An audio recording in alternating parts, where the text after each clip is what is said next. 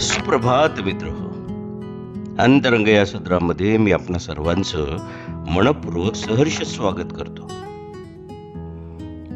आयुष्य म्हटलं की सुखदुःख आलीच, आणि ही सुखदुःख शेवटपर्यंत आपल्याला सारखी फिरवत असतात.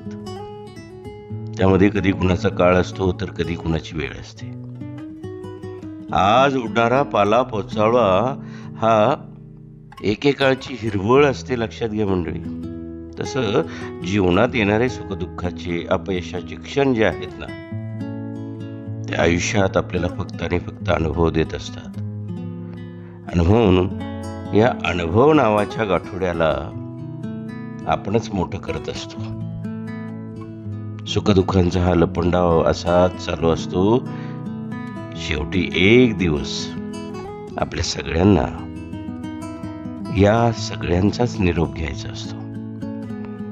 म्हणून तर जगावं आपल्या मस्तीमध्ये, आपल्या धुंदीमध्ये, आपल्या छंदामध्ये, पण ते चांगल्या विचाराने.